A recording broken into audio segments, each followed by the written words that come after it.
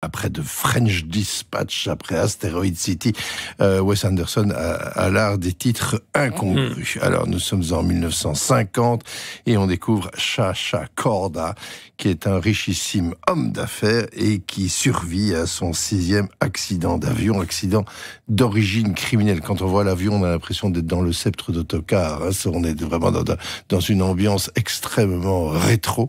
Et donc, il survit à cet accident d'origine criminelle parce qu'il a énormément de rivaux, de concurrents qui le détestent cordialement. Alors, Chacha Corda veut malgré tout soigner, préparer sa postérité.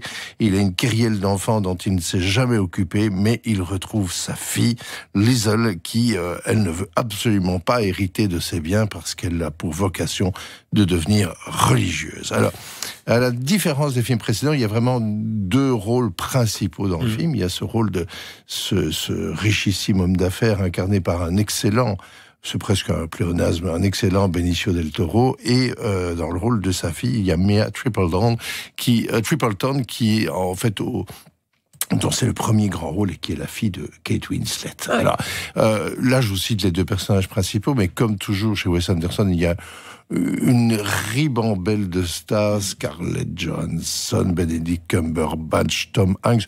Parfois, c'est juste 3 petits tours et puis s'en vont. Ils viennent quelques secondes. Voilà, ils viennent participer à la grande maison de poupées de Wes Anderson.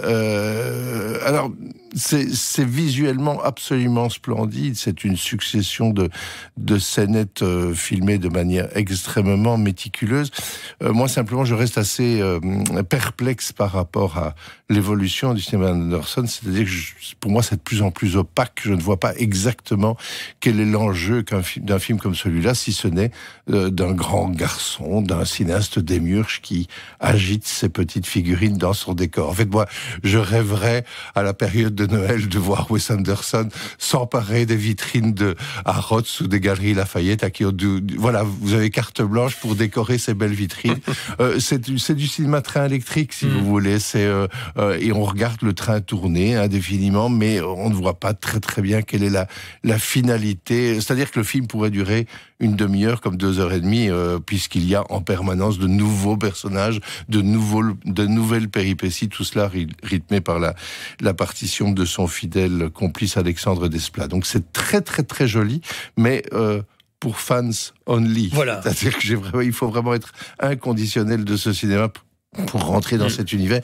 Pour moi, le talon d'Achille, si vous voulez, c'est que, comme c'est dénué d'enjeux, c'est également assez dénué d'émotions, mais il y a un excellent Benicio del Toro. Ouais, c'est ce que vous disiez. Soit on adore, soit on reste sur le côté de la route. Vous êtes resté sur le côté de la route. Ça fait un petit moment que je regarde, j'observe ça avec un certain recul, en disant, ils s'amusent, les comédiens aussi, tant mieux pour eux.